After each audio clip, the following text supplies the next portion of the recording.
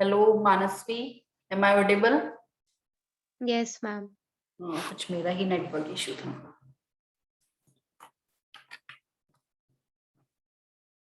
अभी देखना, अभी क्लियर है कि दोनों की बुक्स में हमें एंट्री करनी थी। जब राम ने श्याम के ऊपर बिल ड्रॉ किया तो राम की बुक्स में क्या एंट्री होगी? कृतिका तुम बोलो।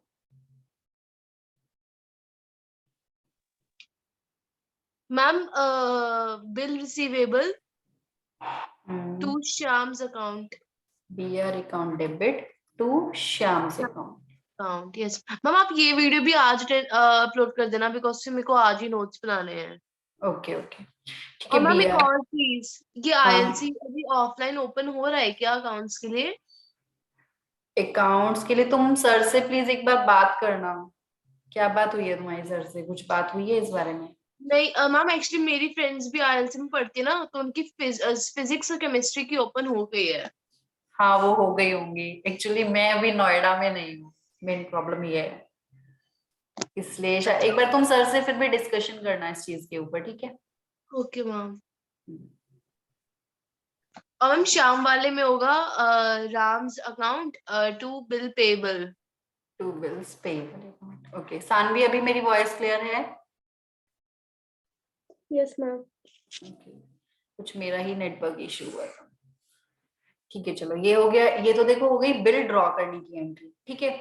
इसके बाद अभी हमें क्या देखना है?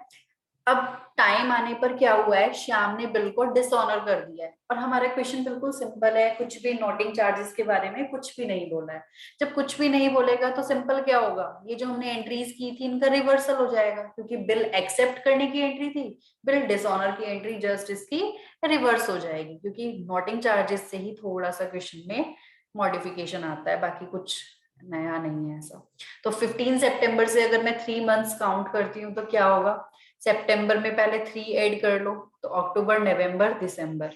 ठीक है, फिर 15 में 3 डेज का ग्रेस लगा दो तो ये हो जाएगा 18 दिसंबर।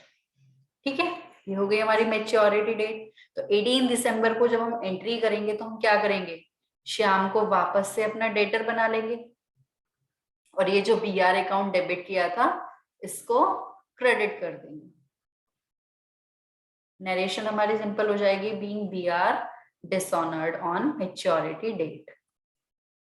यहां पर क्या होगा, ये जो इसने बीपी अकाउंट क्रेडिट किया था ये बीपी अकाउंट डेबिट हो जाएगा और राम को क्या है ये क्रेडिट कर देगा। ठीक है, ये हमारा सिंपल क्वेश्चन था। इसमें नोटिंग चार्जेस आ जाते तो थोड़ा सा इंटरेस्टिंग हो जाता। नोटिंग चार्जेस होते तो क्या चेंज होता, इसकी बुक्स में कैश अकाउंट और आ जाता, बस यहाँ पर 2 कैश अकाउंट कर देती मैं और श्याम के अकाउंट में उतने पैसे एक्स्ट्रा हो जाते। और इसकी बुक्स में क्या होता, नोटिंग चार्जेस डेबिट हो जाता, राम के बुक्स में राम के अकाउंट में उतने पैसे एक्स्ट्रा हो जाते। ठीक है, जैसे कि अगर मैं चलो क्वेश्चन नंबर 13 भी करा देती हूँ, क्योंकि इसमें ना मेच्योरिटी पर ये कंप्लीट क्वेश्चन है, मतलब इसमें नोटिंग चार्जेस भी हैं, तो तुम लोग पार्टिसिपेट करना है इस क्वेश्चन में। ठीक है, एक बार क्वेश्चन नंबर 13 भी करते हैं, क्योंकि डिसऑनर का कंसेप्ट पर पकड़ बननी बहुत जरूरी है। अगर तुम्हें डिसऑनर का केस क्लियर है तो ऑनर तो बिल्कुल सिंपल ही है, फिर कुछ भी नहीं है इस चैप्टर में। तो देखते हैं एक बार question number 13। On 20th March 2021, Naresh sold goods to Kailash. अब देखो, जब क्वेश्चन में हमें गुड्स सेल करने की बात भी बोली गई होगी ना, तो तुम्हें वहां पर सेल परचेज की एंट्री भी करनी है। ठीक है, तो एक एंट्री हमारी एक्स्ट्रा हो जाती है सेल परचेज की। तो पहले यहाँ पर सिंपल एक नोट्स टाइप बनाते हैं। नरेश ने किसको गुड्स सेल किए हैं? कैलाश को। तो यहाँ पर नरेश और कैलाश दो पार्टीज हैं। गुड्स सेल हुए हैं, कितने रुपए के गुड्स सेल हुए हैं? 1250। Taking a bill eight 3 months for the amount. 3 months का हमारा बिल है, वही सेम। नॉर्मली मेच्योरिटी पीरियड तुम देखोगे मोस्टली क्वेश्चंस में 3 मंथ्स दिया हुआ है। बिल की डेट है 20th मार्च 2021। आगे लिखा हुआ है on maturity the bill was dishonoured. Maturity आने पर बिल डिसऑनर हो गया। यानी कि देखो बिल के बारे में जब कुछ भी नहीं बताया होगा ना कि बिल उसने डिस्काउंट कराया था या एंडोर्स किया था या फिर कलेक्शन के लिए भेजा था, इट मींस बिल उसी के पास है। फर्स्ट वाला केस हमारा ये होता है when bill retained till maturity date. तो यहाँ पर कुछ भी नहीं बताया उसने बिल का कुछ किया है, तो कुछ भी नहीं किया, इट मींस बिल नरेश के पास ही है। ठीक है, तो अब देखो मैच्योरिटी डेट आने पर इसने क्या किया, बिल डिसऑनर कर दिया। आगे क्या हुआ है, नरेश पेड, देखो कौन पेमेंट करेगा, लिखा हुआ है Naresh paid ₹10 as noting charges. Naresh ने 10 रुपीज नोटिंग चार्जेस पे किए। क्या पे किया है, नोटिंग चार्जेस। तो देखो नोटिंग चार्जेस पे कौन करता है, जिसके पास बिल होता है, और उसका बर्डन किसके ऊपर आएगा, जिसने बिल डिसऑनर किया है। तो नोटिंग चार्जेस एक्सपेंस तो कैलाश के लिए है, लेकिन उसने पेमेंट किसके लिए, पेमेंट किसने किया है उसका, नरेश ने किया है। ठीक है, ये चीज ध्यान रखनी है, इससे कंफ्यूज नहीं होना है कि नरेश ने पे किया है तो ये नरेश का एक्सपेंस है। अगर नरेश का एक्सपेंस होता तो नरेश अपनी बुक्स में इसको नोटिंग चार्जेस अकाउंट डेबिट करता, लेकिन नोटिंग चार्जेस अकाउंट डेबिट कौन करेगा, जिसके ऊपर उस एक्सपेंस का बर्डन आने वाला है, वो किसके ऊपर आएगा, कैलाश के ऊपर। ठीक है, आगे लिखा हुआ है on 1st July Kailash cleared his account by paying ₹1260। 1st जुलाई आने पर कैलाश ने लास्ट में आकर, मतलब डिसऑनर के बाद की भी एंट्रीज में बोली गई है कि बाद में कैलाश ने उसकी पेमेंट कर दी है ₹1260। टोटल 1260 हो जाएंगे ना नोटिंग चार्जेस इंक्लूड करके, 1250 प्लस 10 और पे करने पड़ेंगे उसको फिर बाद में, जब वो बाद में कभी पे करेगा। तो टोटल उसके 1260 हो गए हैं। लिखा हुआ है make the entries in the books of both the parties. अब देखो दोनों की बुक्स में एंट्री करते हैं, ये एक तरीके से कंप्लीट क्वेश्चन हो गया है जिसमें नोटिंग चार्जेस भी हैं, सेल परचेज की एंट्री भी बोली गई है। ठीक है, तो इस टाइप के क्वेश्चंस एग्जाम में पूछे जाते हैं। अभी तक तो क्या था कि हमारा एमसीक्यू पैटर्न था, अभी तो सब्जेक्टिव पेपर आने वाला है तुम्हारा नेक्स्ट टाइम, तो वहां पर तुम्हें पूरे पूरे क्वेश्चन सॉल्व करने होंगे, इसलिए प्लीज क्वेश्चंस को सॉल्व करने की प्रैक्टिस करके रखना अपनी, मतलब क्वेश्चन सॉल्व करना प्रॉपर। तो देखो हम स्टार्टिंग से करते हैं। फर्स्ट एंट्री हमारी क्या होगी, सेल परचेज की एंट्री है, तो 1 बाय 1 बोलते हुए चलना तुम लोग। ठीक है, 20 मार्च 2021, कृतिका चलो तुमसे ही स्टार्ट करते हैं। नरेश ने कैलाश को गुड्स सेल किए, तो नरेश की बुक्स में क्या एंट्री होगी, सेल की।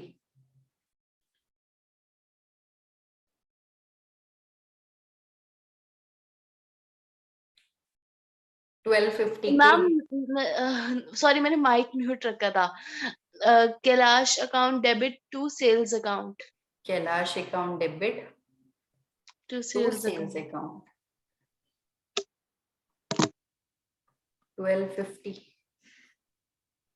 ठीक है, और कैलाश की बुक्स में क्या एंट्री होगी, purchase account debit to Naresh account, purchase account debit to Naresh account. To Naresh account. ठीक है, ये तो सिंपल हमारी सेल परचेज की एंट्री हो गई। इसके बाद क्या हुआ है, नरेश ने कैलाश के ऊपर बिल ड्रॉ किया है, तो वो सेम डेट पर हुआ है, वो भी 20 मार्च को। फिर बिल ड्रॉ करने की क्या एंट्री होगी, मानसी, नरेश की बुक्स में BR account debit to Kailash account. BR account debit to Kailash account 1250। और इसकी बुक्स में Naresh account debit to BP account. Naresh account debit to BP account. तो देखो ये दो एंट्रीज हमारी ऐसी हैं कि ये मोस्टली क्वेश्चंस में होती ही होती हैं। फर्स्ट वाली भी ना हो तो सेकंड तो कंपलसरी है, वो होगी ही होगी। ठीक है, उसके बाद देखो जब मैच्योरिटी डेट आई, मैच्योरिटी डेट पहले कैलकुलेट कर लेते हैं। 20 मार्च में इसमें 3 मंथ्स ऐड करते हैं, तो अप्रैल मई जून, इसमें 3 डेज ऐड करते हैं, तो ये हो जाएगा हमारा 23 जून 2021। ठीक है, 23 जून को अब क्या हुआ है, कैलाश ने बिल डिसऑनर कर दिया है, जब और नरेश ने 10 रुपीज नोटिंग चार्जेस पे किए हैं, तो बिल डिसऑनर करने की यहाँ पर क्या एंट्री होगी, सानवी, क्या करेंगे हम?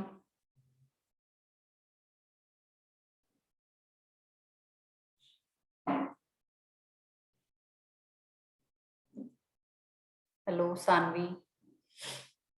कैलाश को वापस से अपना डेटर बनाएंगे, ये वाली एंट्री का रिवर्सल होना है ना, तो क्या करेंगे बोलो, सभी लोग सोच के रखना।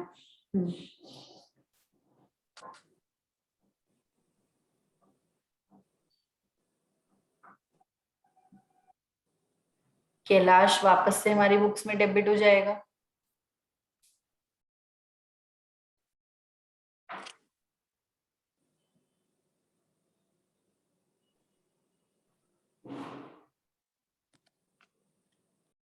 मुझे फिर से आवाज नहीं आ रही है क्या?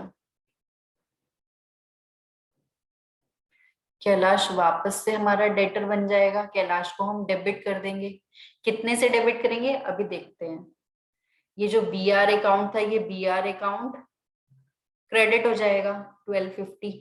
अब देखो नरेश ने नोटिंग चार्जेस भी पे किए हैं, तो उसके लिए वो कैश अकाउंट क्रेडिट करेगा क्योंकि उसकी पॉकेट से पैसे गए हैं 10 रुपीज। तो ये बाद में क्या करेगा, देखो ये यहाँ पर 1260 डेबिट कर देगा, कैलाश अकाउंट में कितने रुपीस डाल देगा, 1260 रुपीज। ठीक है, यहाँ पर देखो क्या होगा इसकी बुक्स में 23 जून को। इसकी बुक्स में देखो ये जो बिल्स पेएबल अकाउंट था, बिल्स पेएबल अकाउंट डेबिट हो जाएगा कितने से, 1250 से। ठीक है, और नोटिंग चार्जेस भी ये अपनी बुक्स में डेबिट करेगा।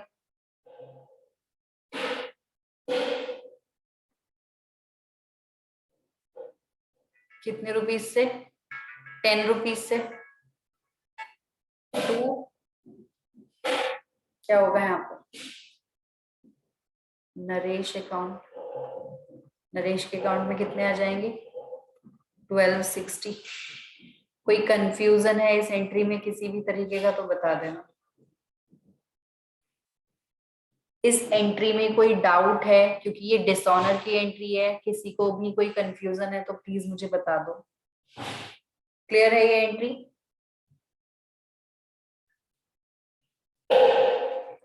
अब देखो क्वेश्चन में एक लास्ट में एक लाइन और लिखी हुई थी कि 1 जुलाई को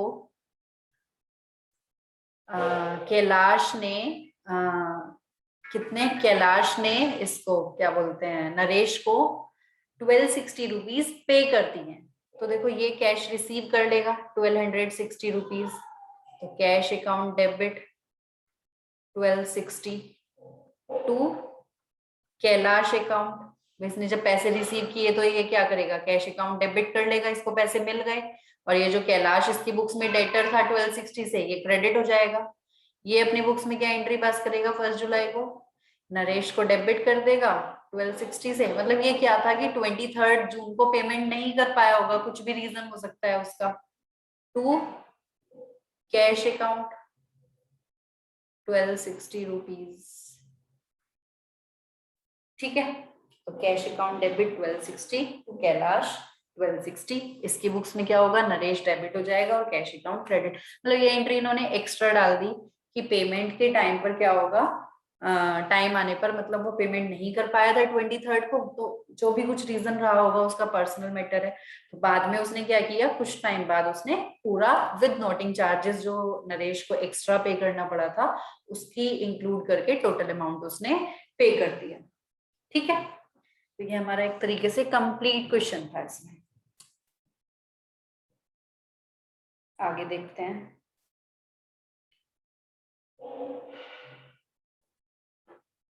इसके बाद अगर मैं देखती हूँ क्वेश्चन नंबर 14, इसको तुम लोग खुद से ट्राई करना, ये भी इसी पर बेस्ड, इसी कंसेप्ट पर बेस्ड है ये क्वेश्चन भी। क्वेश्चन नंबर 15 हमारा डिस्काउंट वाला केस है, तो मैं डिस्काउंट वाला केस भी डिस्कस कर लेती हूँ। ठीक है, क्योंकि अभी काफी टाइम है और आई थिंक तुम्हें ये कंसेप्ट अब अच्छे से क्लियर हो गया होगा। 3 क्वेश्चंस हमने इसके कर भी लिए हैं, अगर कोई कंफ्यूजन होगा तो मुझे बता देना। मैं इसका नेक्स्ट केस डिस्कस करती हूँ। तो हम देख रहे हैं dishonour of bill. Dishonour of bill कब,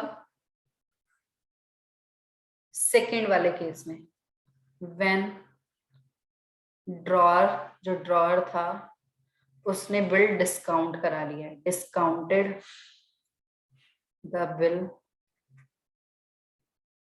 फ्रॉम बैंक, उसने बिल बैंक से डिस्काउंट करा लिया था। ठीक है, उस केस में अगर डिसऑनर हो जाता है तब क्या होगा?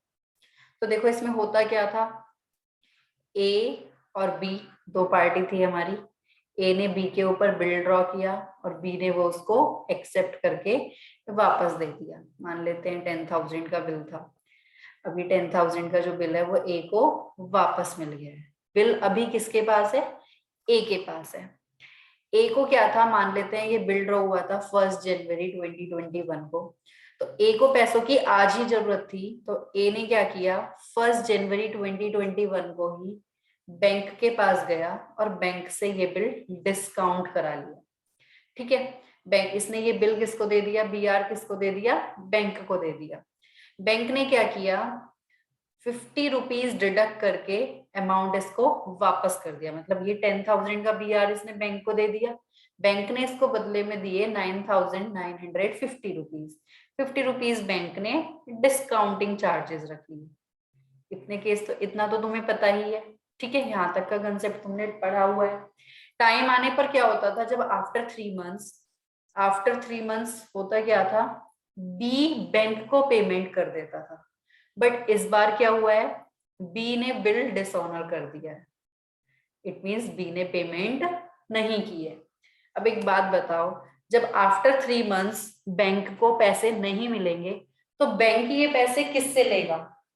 बी ने तो पैसे दिए नहीं है, तो बैंक ये पैसे किससे रिकवर करेगा? बैंक को तो पैसे चाहिए, चाहे कहीं से भी आए।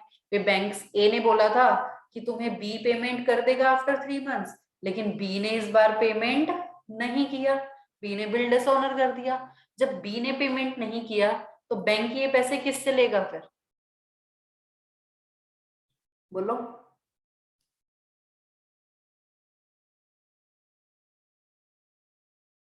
बोलो भाई, बैंक किसके पास जाएगा पैसे लेने? लॉजिकली सोचो।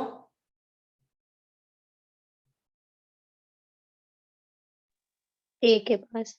ए के पास जाएगा। बैंक क्या बोलेगा, भाई मैंने तो तुम्हें पैसे दिए थे, अगर तुमने जिसको बोला उसने मुझे पैसे नहीं दिए तो मैं ये पैसे किससे लूंगा? तुमसे रिकवर करूंगा फिर। तो बैंक क्या करेगा, ये 10,000 रुपीज पूरे के पूरे ए से रिकवर कर लेगा। किससे रिकवर कर लेगा? ए से रिकवर कर लेगा। तो बैंक को तो पैसे लेने होते हैं। अब देखो इस बार जो बिल है वो किसके पास है? लास्ट में आकर बिल बैंक के पास है। अब बिल बैंक के पास है तो नोटिंग चार्जेस कौन पे करेगा? इस बार बैंक पे करेगा। मैंने क्या बोला था, नोटिंग चार्जेस का कंसेप्ट प्लीज ध्यान रखना। एक नोटिंग चार्जेस आने से ही हमारी जर्नल एंट्रीज चेंज हो जाती हैं। तो बैंक ने पे किए होंगे क्या, नोटिंग चार्जेस। मान लेते हैं 10 रुपीज बैंक ने नोटिंग चार्जेस पे किए, या 20 रुपीज ले लेती हूँ, चलो 20 रुपीज बैंक ने नोटिंग चार्जेस पे किए। तो देखो बैंक ए से कितने पैसे रिकवर करेगा? 10,000 तो बिल के रिकवर करेगा, plus 20 rupees noting charges recover करेगा। बैंक ए से रिकवर करेगा और ए बी से रिकवर करेगा। समझ रहे हो चेन कैसे बनेगी? जब बी डिसऑनर कर देगा तो एंट्रीज फिर से सभी की बुक्स में होने वाली है। जब बी टाइम से पेमेंट कर देता था तो ए को कोई मतलब नहीं रहता था, ए वहां से निकल गया। लेकिन जब बी ने पेमेंट नहीं किया तो ए तो बीच में आएगा ही। अब तो बैंक ए से रिकवर करेगा और ए ये पैसे किससे रिकवर करेगा? बी से रिकवर करेगा। तो बैंक ए से रिकवर कर लेगा 10,020 रुपीज और ए बी से रिकवर कर लेगा 10,020 रुपीज। क्लियर है? इस तरीके से चेन बनती है। तो देखो एंट्रीज कैसे होंगी, ए की बुक्स में, बी की बुक्स में, और मैं यहाँ पर बैंक की बुक्स भी बनाकर तुम्हें दिखा देती हूँ, थोड़ा और अच्छे से कंसेप्ट क्लियर हो जाएगा। ठीक है, बैंक की बुक्स नॉर्मली पूछी नहीं जाती, बट हमें पता होना चाहिए बैंक की बुक्स में क्या एंट्रीज होती है। ठीक है, ए और बी और बैंक तीनों की हम बुक्स में यहाँ पर एंट्री देखने वाले हैं। तो देखो 1 जनवरी को पहले बिल ड्रॉ करने की एंट्री कर लेते हैं। क्या होगी, B R account debit to B's account. ठीक है, 10,000 रुपीज इसकी बुक्स में। A's account debit to bills payable account 10,000 rupees. अगर तुम्हें कंसेप्ट पता है ना तो एंट्रीज फिर अपने आप बन जाती है। अभी बैंक को कोई मतलब नहीं है, यहाँ पर बैंक की बुक्स में कोई एंट्री नहीं होगी क्योंकि बैंक तो अभी बीच में आया ही नहीं है। इसके बाद क्या होगा, सेम डे ए ने वो बिल बैंक से डिस्काउंट करा लिया, तो बैंक ने 50 रुपीज डिस्काउंटिंग चार्जेस लिए थे। ठीक है, ए ने बिल बैंक से डिस्काउंट कराया था।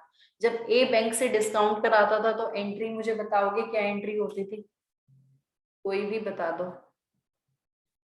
जब ए बिल डिस्काउंट कराता था बैंक से तो उसकी क्या जर्नल एंट्री होती थी?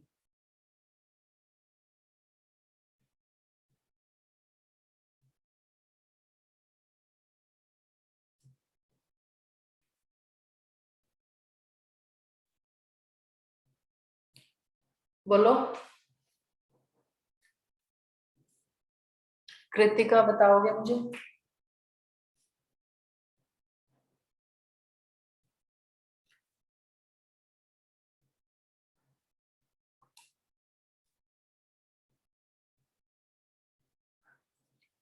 मानसी,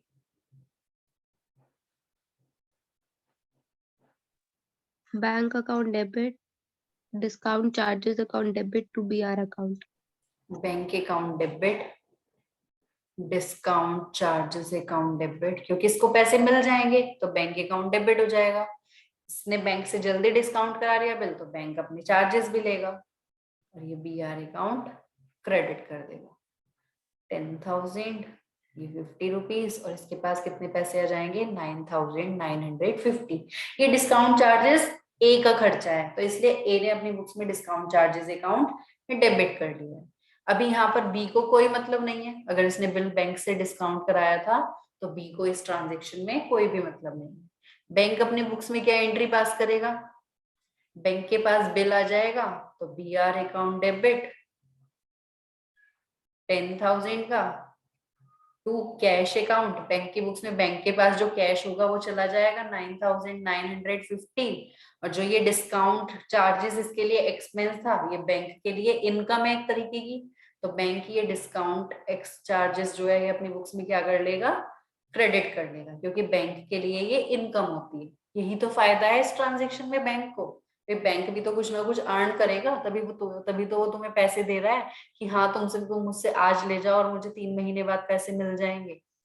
ठीक है, तो बैंक ने भी तो एक टाइप का उधार ही दिया है ना तुम्हें, इसलिए यहाँ पर बैंक थोड़ी सी अपनी इनकम डिडक्ट कर लेता है उसमें से। इसके बाद देखो क्या होगा, टाइम आने पर जब आफ्टर 3 मंथ्स 4 अप्रैल को, अब देखो इस बार पहले क्या होता था, जब बी पेमेंट कर देता था तो बी की बुक्स में और बैंक की बुक्स में ही एंट्री होती थी, ए को उस ट्रांजेक्शन में कोई मतलब नहीं होता था। लेकिन अब क्या होगा, अब ए ने क्या किया, बी ने क्या किया, बी ने बिल डिसऑनर कर दिया, तो अब जब डिसऑनर होगा ना तो सभी की बुक्स में एंट्री होगी, बी की बुक्स में भी होगी, बैंक की बुक्स में भी होगी और ए की बुक्स में भी होगी। एंट्री देखो क्या होगी, हम बैंक से स्टार्ट करते हैं। किससे स्टार्ट करते हैं? बैंक से। बैंक से क्यों स्टार्ट करेंगे? क्योंकि देखो बैंक के पास बिल है, तो जब बी डिसऑनर कर देगा तो बी जो है वो क्या करेगा, बी के डिसऑनर की वजह से बैंक को नोटिंग चार्जेस पे करने पड़े होंगे, क्योंकि मैंने यहाँ पर केस बनाया तो यहाँ पर लिखा था बैंक पे नोटिंग चार्जेस कितना, 20। बैंक ने पेमेंट किया है नोटिंग चार्जेस का 20 रुपीज, तो बैंक से ही स्टार्ट करते हैं। रिवर्स करके चलोगे ना चेन तो तुम्हें और अच्छे से क्लियर होगा। बैंक ये पैसे किससे रिकवर करेगा? ए से रिकवर करेगा, तो बैंक अपनी बुक्स में ए को अपना डेटर बना लेगा। क्या करेगा? ए को अपना डेटर बना लेगा, तो एज अकाउंट डेबिट कितना, 10,000। कितने से बनाएगा ये अपनी बुक्स में डेटर? 10,000 20 रुपीज से, क्योंकि बैंक अब ए से कितने पैसे लेगा? 10,000 20 रुपीज। ठीक है, to BR account, BR account कितना, 10,000 रुपीज, क्योंकि ये जो BR बैंक की बुक्स में डेबिट था ये क्रेडिट हो जाएगा। टू कैश अकाउंट, यहाँ पर कैश क्यों आया, प्लीज इस चीज को ध्यान रखना, जिसके पास बिल होता है उसको नोटिंग चार्जेस पे करने होते हैं, उसकी बुक्स में कैश अकाउंट क्रेडिट होगा। तो इस बार बिल बैंक के पास है तो बैंक की बुक्स में 20 रुपीज कैश क्रेडिट हुआ है, और अभी बैंक ने ए को सिंपल अपना डेटर बनाया है, उसने उससे भी पैसे लिए नहीं है। या फिर यहाँ पर हम बैंक अकाउंट डेबिट कर लेते तो क्या होता, बैंक ए के अकाउंट से पैसे डिडक्ट कर लेता, समझ रहे हो, फिर यहाँ पर ये होता। लेकिन क्लैरिटी के लिए मैंने अभी यहाँ पर ए का अकाउंट डेबिट किया है। ए देखो अपनी बुक्स में क्या एंट्री करेगा, बैंक ने तो ये पैसे ए से रिकवर करे, और ए इन पैसों को किससे रिकवर करेगा, बी से रिकवर करेगा। या फिर मैं यहाँ पर कर देती हूँ ए को डेबिट ना करके ना, यहाँ पर मैं कैश अकाउंट ही डेबिट कर देती हूँ। मतलब बैंक को ना, बैंक क्या काम करता है नॉर्मली, वैसे बैंक की एंट्री तुमसे पूछ नहीं जाती, बस मैं ये एक्स्ट्रा करा रही हूँ एक क्लैरिटी के लिए। यहाँ पर देखो होता क्या है, बैंक ए के अकाउंट से पैसे डिडक्ट कर लेता है, तो कहीं ना कहीं बैंक के पास कैश आ जाता है, समझ रहे हो। तो बैंक ने क्या किया, कैश अकाउंट डेबिट कर लिया 10,020 से। ए की बुक्स में देखो क्या हुआ है, ए का तो बैंक अकाउंट क्रेडिट हो गया होगा क्योंकि ए के बैंक से पैसे कट चुके हैं, तो ए की बुक्स में बैंक अकाउंट क्या हो जाएगा, क्रेडिट हो जाएगा। कितने से क्रेडिट हो जाएगा, 10,020 रुपीज से। और ए बी को क्या करेगा, अपना डेटर बना लेगा। तो ए की बुक्स में क्या एंट्री होगी डिसऑनर पे, B's account debit to bank account. Please logically समझना, याद नहीं कर पाओगे ये एंट्रीज। बी की बुक्स, ए की बुक्स में बैंक अकाउंट क्रेडिट क्यों है, क्योंकि बैंक ने ए के अकाउंट से पैसे डिडक्ट कर लिए हैं, बैंक को बी से पैसे तो मिले नहीं, तो बैंक ने क्या काम किया, ए के अकाउंट से पैसे ले लिए। तो बैंक ए की बुक्स में क्या एंट्री हो जाएगी, B's account debit to bank account. उसके बैंक अकाउंट से पैसे निकल चुके तो इसलिए बैंक उसकी बुक्स में क्रेडिट हो जाएगा, और बी इसका डेटर बन गया तो इसलिए बी इसकी बुक्स में डेबिट हो जाएगा। बी की बुक्स में देखो क्या एंट्री होगी, बी की बुक्स में मैंने बताया था एंट्री हमेशा सेम रहेगी। क्या एंट्री होगी, bills payable account debit 10,000 rupees, noting charges debit 20 rupees to A's account. B को तो वो डिसऑनर पर ना हमेशा ए को ही क्रेडिट करना पड़ेगा, क्योंकि ए से ही तो उसका कॉन्ट्रैक्ट हुआ था। अगर वो डिसऑनर करेगा तो उसकी बुक्स में तो किसी और का नाम आया ही नहीं है, तो इसलिए ए को ही क्रेडिट करेगा हमेशा। समझ में आई बात। ये हमारी हो गई, ये मोस्ट इंपॉर्टेंट एंट्रीज है तीनों। ये एंट्री नॉर्मली करने के लिए आती नहीं है बैंक की बुक्स में, नॉर्मली एंट्री करने के लिए आती है इसकी और इसकी बुक्स में। तो ए की बुक्स में क्या एंट्री होगी, क्योंकि बी ने बिल डिसऑनर कर दिया है तो बी की बुक्स में तो एंट्री सेम रहती है। ए की बुक्स में क्या इफेक्ट आएगा, बैंक ए से पैसे ले लेगा, तो इसलिए ए की बुक्स में बैंक अकाउंट क्रेडिट हो जाता है, और ये वापस से बी को अपना डेटर बना लेता है, क्योंकि भाई उसने बैंक को पेमेंट कर दिया। वो पैसे कायदे में तो बी को पे करने थे, लेकिन हमारे अकाउंट से डिडक्ट हो गए, तो इसलिए ए क्या करेगा, वो पैसे अब बी से लेगा। ठीक है, बी अपनी बुक्स में डेटर बना लेगा वो उसको, तो B's account debit to bank account. और इसकी बुक्स में एंट्री हमारी सेम ही रहेगी, वही BP account debit, noting charges debit to A's account. कोई कंफ्यूजन है इस एंट्री में तो बता दो मुझे। ये कौन सा केस था हमारा, जब बिल डिस्काउंट करा लिया गया था बैंक से। तो बस कंसेप्ट हमारा वही है कि अगर नोटिंग चार्जेस होंगे तो वो उसकी पॉकेट से जाएंगे जिसके पास बिल होगा। यहाँ पर बिल बैंक के पास था तो इसलिए इस बार बैंक ने पे किया है। लास्ट केस में बिल ए के पास होता था तो इसलिए वो ए की बुक्स में क्रेडिट हो जाता था, नोटिंग चार्जेस अकाउंट डेबिट।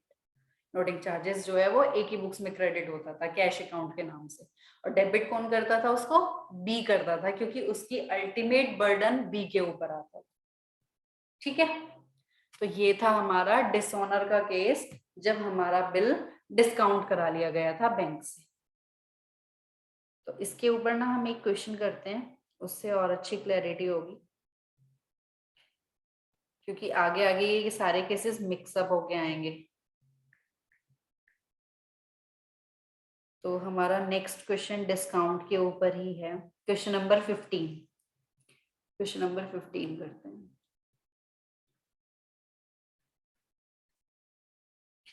लिखा हुआ है, on 1 July 2021 A drew a bill for rupees 5,000 on B payable after 3 months। A ने B के ऊपर बिल ड्रॉ किया है जो कि आफ्टर 3 months पे होने वाला है।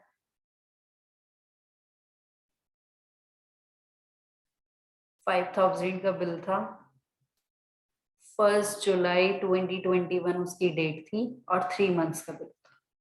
ठीक है, इतनी इंफॉर्मेशन हमारे लिए काफी होती है। A discounted it with bank for ₹4,850। A ने बैंक से बिल डिस्काउंट करा लिया है और बैंक ने उसको कितना पेमेंट किया है? 4,850। देखो बिल गया 5,000 का और बदले में मिले कितने? 4,850। इट मींस डिस्काउंट चार्जेस कितने होंगे? बैंक अपने कुछ ना कुछ चार्जेस लेता है, तो डिस्काउंट चार्जेस कितने हो गए? 5,000 और इसका डिफरेंस मतलब 150 रुपए, 150 रुपीज। 150 रुपीज हमारे यहाँ पर डिस्काउंट चार्जेस हो गए जो बैंक ने अपने डिडक्ट कर लिए। 5,000 का बिल लेकर कितना पेमेंट किया? 4,850। ठीक है, इसलिए कंफ्यूज नहीं होना है। डिस्काउंट चार्जेस जरूरी नहीं है तुम्हें अलग से गिवन होंगे, तुम्हें कई बार वो कैलकुलेट भी करने पड़ सकते हैं, जैसे कि मैंने यहाँ पर बता दिया दोनों का difference. On maturity, B failed to pay the amount of his acceptance and the bank had to pay 50 rupees as noting charges. Bank ने 50 रुपीज क्या किया है? नोटिंग चार्जेस पे किए हैं। क्यों करने पड़े ये नोटिंग चार्जेस पे? क्योंकि बी ने बिल डिसऑनर कर दिया था। जब बिल डिसऑनर हो जाता है तो उस बिल की हमें नोटिंग करा के आनी पड़ती है, जिसके लिए नोटिंग चार्जेस पे करने पड़ते हैं। नोटिंग वो कराता है जिसके पास बिल होता है, तो बिल बैंक के पास था तो इसलिए बी ने बैंक को पेमेंट नहीं किया था, तो इसलिए बैंक को 50 रुपीज नोटिंग चार्जेस पे करने पड़ गए। ठीक है, अब लिखा हुआ है कि pass necessary journal entries in the books of A and B. देखो नॉर्मली बैंक की बुक्स में एंट्रीज आती नहीं है, तो ए और बी की बुक्स में हमें एंट्री पास करनी है। करते हैं एक बार फटाक से। डेट थी हमारी 1 जुलाई। 1 जुलाई 2021 को ए ने बी के ऊपर बिल ड्रॉ किया था, तो वही हमारी सिंपल एंट्री थी। B R account debit to B's account 5,000 rupees. इसकी बुक्स में एंट्री क्या हो जाएगी? A's account debit to bills payable account 5,000 rupees. ठीक है, इसके बाद में उसने क्या किया? सेम डे बिल बैंक से डिस्काउंट करा लिया था ए ने, तो ए को कितने पैसे मिले थे उतने से बैंक अकाउंट डेबिट हो जाता है हमारा 4,850। जो डिस्काउंट चार्जेस पे करने पड़े हैं, मतलब नहीं मिले उसको पैसे, वो डिस्काउंट चार्जेस हो गए, तो 150 रुपीज इसके लिए लॉस हो गया एक तरीके से इस ट्रांजेक्शन में, तो इसलिए इसकी बुक्स में डिस्काउंट चार्जेस डेबिट हो जाते हैं to B R account. Bill तो इसके पास से चला गया। ठीक है, इसकी बुक्स में क्या होता है? No entry. इसको इस डेट से, इस ट्रांजेक्शन से कोई मतलब नहीं है। अब आफ्टर 3 मंथ्स जब पेमेंट का टाइम आया, 3 मंथ्स मतलब हम यहाँ पर 7 में 3 ऐड कर देंगे तो अक्टूबर हो जाएगा, 1 में 3 ऐड कर देंगे तो 4 हो जाएगा। ठीक है, 4 अक्टूबर 2021 को क्या हुआ है? अगर देखो ये डेट हमारी 2 अक्टूबर आ जाती तो फिर हमारी यहाँ पर मैच्योरिटी डेट 1 अक्टूबर हो जाती है। ध्यान रखना 2 अक्टूबर जैसे कि जो नेशनल हॉलीडे होते थे तो उसमें क्या होता था? 1 डे बिफोर हो जाता था। ठीक है, मान लेते हैं ये कैलकुलेट करके 2 अक्टूबर आती तो उस दिन गांधी जयंती नेशनल हॉलीडे होता है हमारा, इसलिए हमारा 1 अक्टूबर हो जाती डेट। ये कंसेप्ट मत भूल जाना, इसलिए क्योंकि जर्नल एंट्री जब भी करोगे वहां पर डेट गिवन होगी और डेट तुम्हारी क्वेश्चन में उस हिसाब से भी हो सकती है कि वो तुम्हारा नेशनल हॉलीडे पड़ जाए। ठीक है, 4 अक्टूबर को अब मैच्योरिटी डेट आई तो बी ने पेमेंट करने से मना कर दिया, बी ने बिल डिसऑनर कर दिया। तो देखो बैंक ने कितने रुपए नोटिंग चार्जेस पे किया था? 50 रुपीज। बैंक ने 50 रुपीज नोटिंग चार्जेस पे किया होगा। अब बैंक को भी पैसे बी से नहीं मिले तो बैंक किससे रिकवर करेगा? ए से रिकवर करेगा। और ए किससे रिकवर करेगा? बी से। तो ए की बुक्स में देखो क्या होगा? बीज अकाउंट डेबिट, ठीक है, to bank account. Bank account credit क्यों हुआ है इसकी बुक्स में? इसका रीजन है क्योंकि बैंक ने ए के अकाउंट से पैसे डिडक्ट कर लिए होंगे। और कितने पैसे डिडक्ट किए होंगे? 5,050 रुपीज। 5,000 तो बिल के, प्लस 50 रुपीज किस चीज के? नोटिंग चार्जेस के। क्योंकि बैंक ने 50 रुपीज नोटिंग चार्जेस पे किए होंगे तो वो ए से पूरे पैसे रिकवर करेगा और ए बी से रिकवर करेगा तो 5,050 रुपीज बी की अकाउंट में डेबिट कर देगा। और बी की बुक्स में एंट्री हमारी वही सेम होगी, बीपी अकाउंट डेबिट, क्योंकि बिल डिसऑनर हो गया तो उस बिल की अब कोई रेलिवेंस नहीं रही, इसलिए ये बिल पेबल अकाउंट डेबिट हो जाएगा। नोटिंग चार्जेस भी डेबिट हो जाएंगे। नोटिंग चार्जेस डेबिट क्यों होंगे? क्योंकि ये अल्टीमेट बर्डन बी के ऊपर आया है इसका, टू एज अकाउंट। और जैसे ए को कितने पैसे पे करने हैं इन फ्यूचर, जब भी कभी पे करेगा 5050 रुपीज। जैसे पीछे वाले क्वेश्चन में हमें पेमेंट की एंट्री भी बता दी थी, बट यहाँ पर ऐसा कुछ नहीं बोला। जितना क्वेश्चन है हमारा बस उतनी ही एंट्रीज करनी है जितनी बातें क्वेश्चन में लिखी हुई है, ठीक है। तो ये है हमारा कौन सा केस, डिस्काउंटिंग जब हो जाती है बिल की, हमने बैंक से डिस्काउंट करा लिया है और उसके बाद अगर हमारा बिल डिसऑनर हो जाए तब क्या होता है। तो हमने डिसऑनर में आज 2 केसेस पढ़े हैं, when bill retain till maturity और when bill discounted with the bank. तो देखो इससे रिलेटेड तुम्हारे जितने भी क्वेश्चंस है ना, जैसे कि क्वेश्चन नंबर 16 में तो क्या हुआ है, एंडोर्स कर लिया गया है, ये बिल तो एंडोर्समेंट वाला हो गया। मेरे पास आगे के क्वेश्चंस नहीं है, तो आगे क्वेश्चंस देखना जिसमें तुम्हारा क्वेश्चन इस टाइप के होंगे ना कि बिल अपने पास ही है प्लस डिस्काउंटिंग वाले जो क्वेश्चंस हैं, प्लीज उनको ट्राई करना, अदरवाइज इलस्ट्रेशन सॉल्व करना, ठीक है। और प्लीज मुझे क्लास के बाद ना इसके आगे के पेजेस सेंड कर देना, मानसवी तुम ही कर देना, ठीक है। आगे जितने भी मेरे पास क्वेश्चन नंबर 16 तक हैं बस, बाकी बाद में कर देना तुम मुझे सेंड, ठीक है। तो अभी मैं आगे के और क्वेश्चंस और कंसेप्ट कराती ही नहीं हूँ, क्योंकि वो बहुत ज्यादा मिक्सअप हो जाएगा एक ही दिन में अगर मैंने 3 केसेस बता दिए तो, ठीक है। तो यहाँ तक की क्वेश्चंस ट्राई करना, कोई डाउट होगा तो प्लीज उसको सॉल्व मतलब मुझसे डिस्कस कर लेना नेक्स्ट क्लास में, अदरवाइज कंफ्यूजन बढ़ता ही चला जाएगा, ये चैप्टर ऐसा है, ठीक है। चलो मिलते हैं अभी नेक्स्ट क्लास में। नेक्स्ट क्लास हमारी वही वेडनेसडे। अच्छा मुझे एक चीज और पूछनी थी, इस फ्राइडे ना मैं क्लास नहीं ले पाऊंगी, तो मुझे फ्राइडे के अलावा ट्यूसडे, थर्सडे या सैटरडे में से कोई डे बता दो जो मैं फ्राइडे वाली क्लास इन तीनों दिन में से कोई और से मतलब दिन कर लूं। फ्राइडे मैं अवेलेबल नहीं हूँ, मेरे बेबी का कुछ फंक्शन है घर पे। मैम तो संडे या सैटरडे को कर सकते हैं। मैम सैटरडे को एक्चुअली मुझे कहीं जाना है तो हम संडे कर सकते हैं। चाहे तो हम कल भी कर सकते हैं, मुझे तो कल भी कोई इशू नहीं है। मैम एक्चुअली कल मेरे स्कूल में एक फंक्शन है तो थोड़ा लेट हो जाएगा। ओके तो चलो अभी वैसे फ्राइडे आने में टाइम है, फ्राइडे वैसे मैं ले ही नहीं पाऊंगी, मुझे मतलब कोई चांस ही नहीं है, मैं तब तक आ ही नहीं तो मैम पाऊंगी। थर्सडे कर लेते हैं ना, थर्सडे ठीक है फिर। चलो थर्सडे सभी कंफर्टेबल होंगे तो हम फिर थर्सडे रख लेंगे, यस मैम, ओके मैम। ठीक है। चलो ठीक है, बाय बाय।